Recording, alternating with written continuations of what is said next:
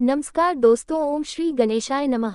राधे राधे, जय मां लक्ष्मी। आज दीपावली का पावन पर्व है और यह पर्व आप सभी के घरों में असीम खुशियां, सुख, समृद्धि और सौभाग्य लेकर आए। इसी मंगल कामना के साथ आप सभी को दीपावली की हार्दिक शुभकामनाएं। इस शुभ अवसर पर आइए हम सब मिलकर सुनते हैं दीपावली के दिन सुनी जाने वाली पावन कथाएं, जिन्हें श्रवण करने से घर में मां लक्ष्मी जी का स्थायी वास होता है। और मां लक्ष्मी जी की कथा से पहले हम सब करेंगे श्री भगवान गणेश जी की पावन कथा का श्रवण, क्योंकि बिना विघ्नहर्ता गणेश जी के स्मरण के तो कोई भी शुभ कार्य पूर्ण नहीं होता। तो सभी प्रेम से बोलिए विघ्नहर्ता भगवान गणेश जी की जय। एक बार एक नगर में एक मालिन रहती थी। उसके पति का स्वर्गवास हो चुका था। उसका एक 4 साल का पुत्र था। उसकी सास बड़े कठोर हृदय की स्त्री थी। वह अपनी बहू को बहुत परेशान करती थी। एक दिन सास ने अपनी बहू और पोते को घर से निकाल दिया। वे दोनों रोते हुए चलते चलते एक जंगल में जा पहुंचे। वहां एक बड़े पेड़ के नीचे बैठ गए। वहां से थोड़ी ही दूर पर गणेश जी का एक मंदिर था। वहां पर लोग गणेश जी के दर्शन करने आते थे। दर्शन करके गणेश जी को प्रसाद चढ़ाते थे। फिर वो प्रसाद सबको बांट देते थे। इसी प्रसाद से माँ बेटे का गुजारा होने लगा। अब दोनों गणेश जी की पूजा पाठ में लग गए। एक दिन उन्होंने सोचा क्यों ना हम भी जंगल से फूल लाकर बेचे। अब वे रोज जंगल से फूल लाकर उसकी माला बनाकर बेचने लगे। साथ में पूजा की सामग्री और प्रसाद भी बेचने लगे। इससे उनको आमदनी होने लगी। गणेश जी की कृपा से उनकी आमदनी बढ़ने लगी। जल्दी उन्होंने मकान और एक दुकान भी बना लिया। एक राजा की लड़की मंदिर में रोज पूजा करने आया करती। मालिन के बेटे को देखकर राजकुमारी उस पर मोहित हो गई और उससे विवाह करने का सोचा। उसने अपनी भाभी से अपने मन की बात कही। भाभी अनुभवी थी। उसने कहा, ये तो मालिन का बेटा है और तुम एक राजा की बेटी हो। अगर तुमने उससे विवाह किया तब तो तुम्हारी बड़ी बेइज्जती होगी। लेकिन राजकुमारी अपनी बात पर अड़ी रही। उसने कहा, भाभी मैंने तो प्रतिज्ञा कर ली है कि मैं उसी से विवाह करूंगी। अब भाभी ने घर जाकर सारी बात राजा को बता दी। राजा ने मना नहीं किया और इस विवाह के लिए तैयार हो गए। फिर उन्होंने बड़ी धूमधाम से अपनी बेटी का विवाह मालिन के बेटे के साथ कर दिया। मालिन ने सबसे पहले बेटी बहू को गणेश जी के मंदिर में ले जाकर पूजा पाठ करवाया और गणेश जी का आशीर्वाद दिलवाया। इसके बाद पूरे नगर में यह बात फैल गई कि गणेश जी की पूजा करने से सब दुख कष्ट दूर हो जाते हैं। ये बात सुनते ही अब तो नगर के सभी लोग उस मंदिर में आने लगे। मालिन और उसके बेटे की बिक्री और भी बढ़ गई। उधर उसकी सास के बुरे दिन आ गए। अन्नदाता उससे रूठ गए। अब वह भूखों मरने लगी। एक दिन रोती धोती वह भी गणेश जी के उसी मंदिर में आ पहुंची। पहुंचकर वह मालिन के बेटे से कहने लगी, मैं भूखी हूँ, मुझे रोटी कपड़ा दे दो, इसके बदले मैं तुम्हारा सारा काम कर दूंगी। लड़के को दया आ गई और उसे काम पर रख लिया। उसने अपनी दादी को नहीं पहचाना। जब मालिन घर पर आई तो उसने अपनी सास को पहचान लिया। तब वह सास से बोली, सासू जी आप यहाँ कैसे? सास ने पोते की तरफ इशारा करके कहा कि मेरी इस सेठ के यहाँ नौकरी लग गई है। बहू कहने लगी, माँ जी ये तो आपका पोता है और यह घर भी आपका ही है, ये दुकान भी आपकी ही है। जब आपने हमें घर से निकाला तब गणेश जी ने ही हमारी रक्षा की, हमारी सहायता की। बहू की बात सुनकर सास को बड़ा पश्चाताप हुआ। फिर बोली, मेरी करनी तो मैंने भोग ली। बहू बोली, सासू जी अब आप हमारे यहाँ रहो और अपने पोते का सुख देखो। हे गणेश जी महाराज, जैसा सुख आपने मालिन को दिया वैसा ही सबको देना। प्रेम से बोलिए विघ्नता भगवान गणेश जी की जय। दीपावली पूजन की कथा के अनुसार एक बार एक गांव में एक साहूकार था। उसकी बेटी प्रतिदिन पीपल पर जल चढ़ाने जाया करती थी। जिस पीपल के पेड़ पर वह जल चढ़ाती थी उसी पेड़ पर लक्ष्मी जी का वास था। एक दिन देवी लक्ष्मी जी ने साहूकार की बेटी से कहा, मैं तुम्हारी मित्र बनना चाहती हूँ। लड़की ने कहा कि मैं अपने पिता से पूछकर बताऊंगी। यह बात घर आकर साहूकार की बेटी ने अपने पिता को बताई तो पिता ने सुनते ही हाँ कर दी। अगले दिन जाते ही साहूकार की बेटी ने देवी लक्ष्मी जी की सहेली बनना स्वीकार कर लिया। अब वे दोनों अच्छे मित्रों की तरह आपस में वार्तालाप करने लगी। एक दिन लक्ष्मी जी साहूकार की बेटी को अपने घर पर ले गई। अपने घर में लक्ष्मी जी ने दिल खोलकर उसका स्वागत किया। उसकी खूब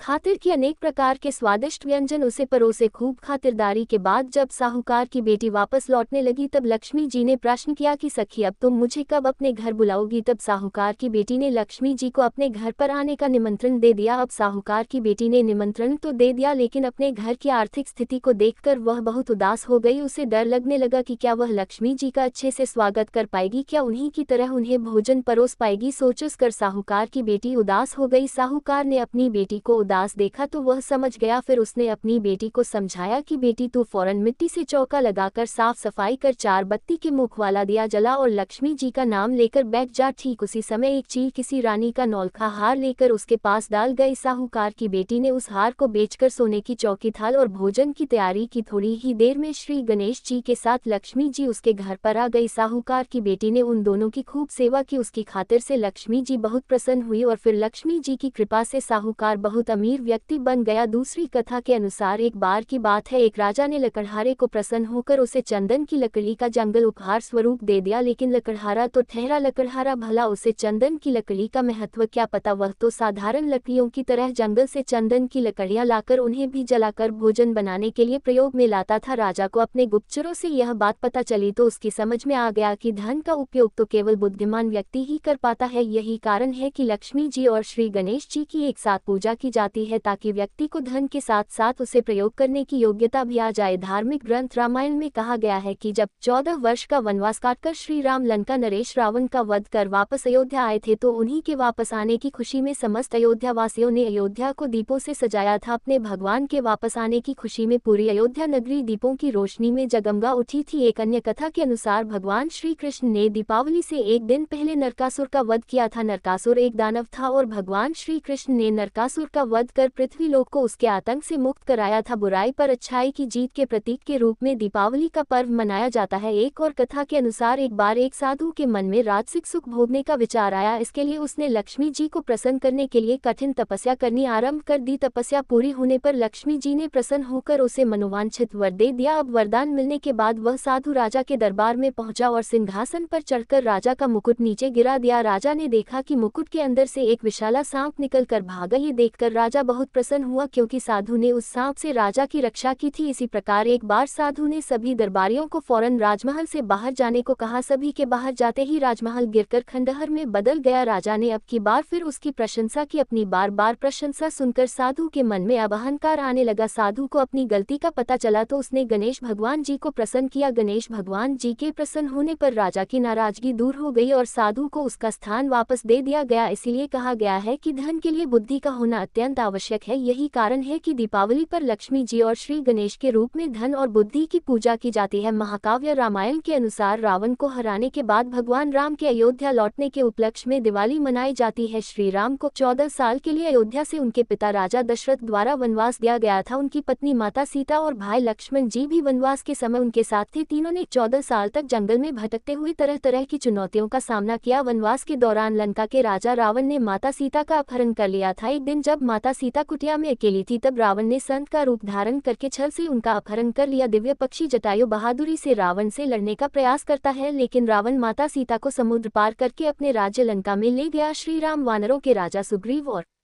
सेनापति हनुमान जी की मदद से लंका तक पहुंचने के लिए समुद्र पर पत्थरों का एक पुल बनाते हैं। पत्थरों को उछाल का वरदान प्राप्त है, इसलिए वे पानी में डूबते नहीं। एक लंबी लड़ाई के बाद श्री राम ने रावण को हराया और माता सीता को उसकी कैद से मुक्त कराया। जब उनका वनवास समाप्त हुआ, तब श्री राम, सीता जी और लक्ष्मण जी अपने राज्य अयोध्या वापस लौट आए। अयोध्या के लोगों ने उनके स्वागत के लिए खूब दिए जलाए, अपने घरों को सजाया। भगवान राम की अयोध्या वापसी अच्छाई की जीत का प्रतीक है, इसलिए हम रोशनी का त्योहार दीपावली मनाते हैं। ये बुराई पर अच्छाई और अंधकार पर प्रकाश की जीत का प्रतीक है। अब सुनिए दीपावली की दूसरी कथा। एक बार की बात है, एक बूढ़े ब्राह्मण देवता थे। वह रोज पीपल को जल से सींचा करते। पीपल में से रोज एक लड़की निकला करती और कहती, पिताजी मैं आपके साथ चलूंगी। यह सुनते सुनते ब्राह्मण देवता दिन पर दिन कमजोर होने लगे। तो एक दिन ब्राह्मणी ने पूछा कि क्या बात है। बूढ़े ब्राह्मण ने कहा कि पीपल से एक लड़की निकलती है और कहती है कि वह भी मेरे साथ चलेगी। ब्राह्मणी बोली कि तो ठीक है, कल ले आना उस लड़की को। जहाँ 6 लड़कियां पहले से ही हमारे घर में है, वहाँ 7वीं लड़की और सही। और फिर अगले दिन बूढ़े ब्राह्मण देवता उस लड़की को अपने घर पर ले आए। घर लाने के बाद वह ब्राह्मण देवता गांव में आटा मांगने गए, तो उन्हें पहले दिनों की अपेक्षा आज ज्यादा आटा मिला। जब ब्राह्मणी वह आटा छानने लगी तो लड़की ने कहा कि लाइए माँ जी, मैं आटा छान देती हूँ। जब वह लड़की आटा छानने बैठी तो परात भर गई। उसके बाद माँ खाना बनाने जाने लगी तो लड़की बोली, माँ जी आज रसोई में मैं जाऊंगी। तो ब्राह्मणी बोली, ना तेरे हाथ चल जाएंगी। लेकिन वह लड़की नहीं मानी और वह रसोई में खाना बनाने चली गई। तो उसने तरह तरह के 3600 व्यंजन झटपट बना डाले और आज तो सभी ने भरपेट भोजन किया। इससे पहले तो वह ब्राह्मण देवता और उनकी पत्नी और वे 6 लड़कियां भूखे ही रहा करते थे। रात हुई तो ब्राह्मणी का भाई आया और कहने लगा कि दीदी मैं तो भोजन करूंगा। ब्राह्मणी परेशान हो गई कि अब इनके लिए रात में भोजन कहाँ से लाएं। तो लड़की ने पूछा कि माँ जी क्या बात है, आप इतनी परेशान क्यों लग रही हैं। तो ब्राह्मणी ने कहा, क्या बताऊं बेटी, तेरा मामा आया है, वह कह रहा है कि भोजन करेगा, लेकिन भोजन तो हम सब ने कर लिया, अब उसके लिए मैं रोटियां कहाँ से लाऊंगी। लड़की बोली, माँ जी बस इतनी सी बात है, आप परेशान मत होइए, मैं बना दूंगी। ऐसा कहकर मैं रसोई में गई और मामा के लिए देखते ही देखते झटपट 3600 व्यंजन बना दिए। अब तो मामा ने भरपेट भोजन किया और कहा कि ऐसा भोजन इससे पहले उसने कभी नहीं किया है। ब्राह्मणी ने कहा कि भाई तेरी पावनी भांजी है, उसी ने बनाया है। शाम हुई तो लड़की बोली माँ चौका लगाकर चौके का दिया जला देना, आज मैं कोठे में सोऊंगी। ब्राह्मणी बोली ना बेटी तू तो डर जाएगी, वहाँ मत सोना। लेकिन लड़की बोली ना माँ जी मैं नहीं डरूंगी, मैं अंदर कोठे में ही सोऊंगी। कहकर वह रात होने पर कोठे में ही जाकर सो गई। आधी रात को वह लड़की उठी और चारों ओर आंख घुमाई तो देखा धन ही धन था। इसके बाद वह कोठे से बाहर जाने लगी तो वह ब्राह्मण देवता सो रहे थे। उन्होंने उसे जाते देखा तो पूछने लगे बेटी आधी रात को तू कहाँ चली? तो लड़की कहने लगी पिताजी मैं तो आपकी दरिद्रता दूर करने आई थी, अगर आपको दूर करवानी है तो करवा लो। अब लड़की ने बूढ़े ब्राह्मण देवता के घर में भी आंख से देखा तो चारों ओर धन ही धन हो गया और लड़की चली गई। सुबह सवेरे जब सब उठे तो लड़की को ना पाकर उसे ढूंढने लगे कि पावनी बेटी ना जाने कहाँ चली गई। तब ब्राह्मण देवता कहने लगे वो तो लक्ष्मी माता थी, जब तुम्हारे साथ मेरी दरिद्रता भी दूर कर गई है। लक्ष्मी माता जैसे आपने उनकी दरिद्रता दूर करी वैसे ही सबकी करना। इस कथा को कहते सुनते हुंकारा भरते सभी के घर धन के भंडार भरना। प्रेम से बोलिए लक्ष्मी माता की जय। लक्ष्मी माता की एक और अन्य कथा के अनुसार प्राचीन समय की बात है, एक गाँव में एक गरीब ब्राह्मण रहा करता था। वह नियमित रूप से श्री विष्णु भगवान का पूजन करता था। उसकी भक्ति से प्रसन्न होकर एक बार भगवान विष्णु ने उसे दर्शन दिए और मनोवांछित वर मांगने को कहा। तब ब्राह्मण ने लक्ष्मी जी का निवास अपने घर में हो ऐसी इच्छा प्रकट की, जिसे सुनकर भगवान विष्णु ने लक्ष्मी जी की प्राप्ति का मार्ग सरल ब्राह्मण देवता को बता दिया। भगवान विष्णु ने कहा कि देखो मंदिर के सामने एक स्त्री आती है जो यहाँ आकर रोज उपले थापती है, तुम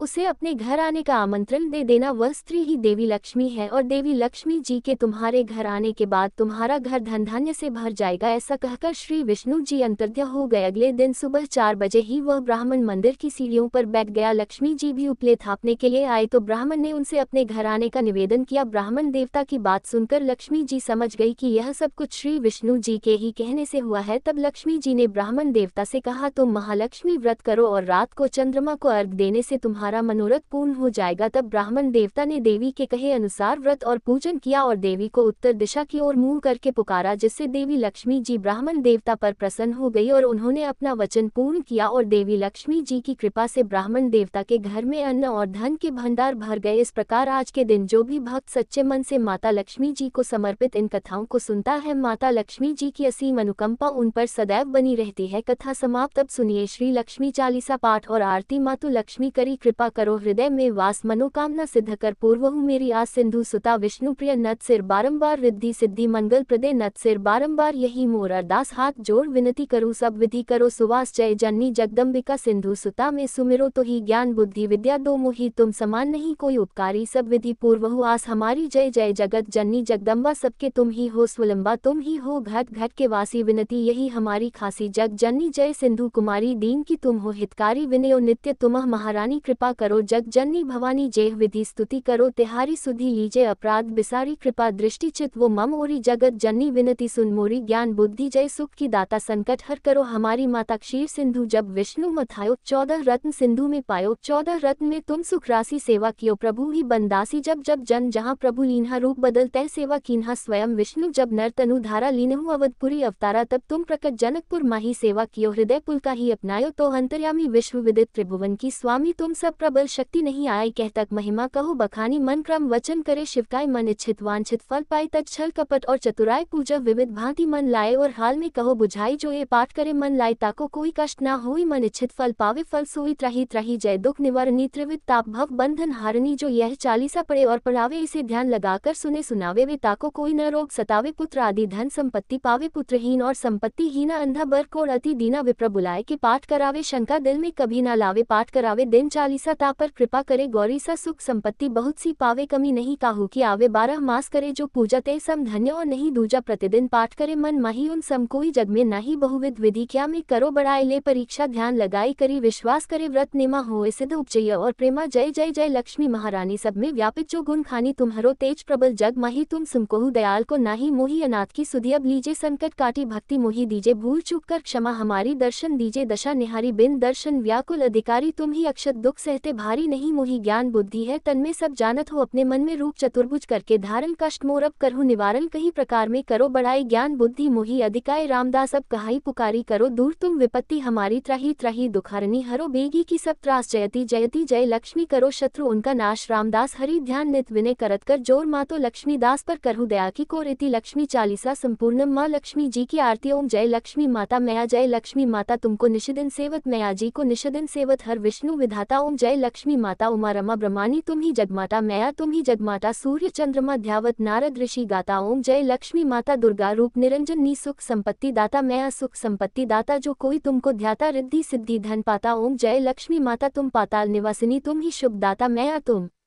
ही शुभ दाता कर्म प्रभा भाव प्रकाशनी भव निधि की त्रता ओम जय लक्ष्मी माता जिस घर तुम रहती सब सद्गुण आता मैया सब सद्गुण आता सब संभव हो जाता मन नहीं घबराता ओम जय लक्ष्मी माता तुम बिन यज्ञ ना होते वस्त्र ना कोई पाता मैया वस्त्र ना कोई पाता खान पान का वैभव सब तुमसे आता ओम जय लक्ष्मी माता शुभ गुण मंदिर सुंदर क्षीति जाता मैया क्षीति जाता रत्न चतुर्दश तुम बिन कोई नहीं पाता ओम जय लक्ष्मी माता महालक्ष्मी जी की आरती जो कोई नर गाता मैया जो कोई नर गाता और आनंद समाता पाप उतर जाता ओम जय जय लक्ष्मी माता ओम जय लक्ष्मी माता मैया जय लक्ष्मी माता तुमको निशिदिन सेवत हर विष्णु विधाता ओम जय लक्ष्मी माता मैया जय लक्ष्मी माता प्रेम से बोलिए लक्ष्मी मैया की जय है।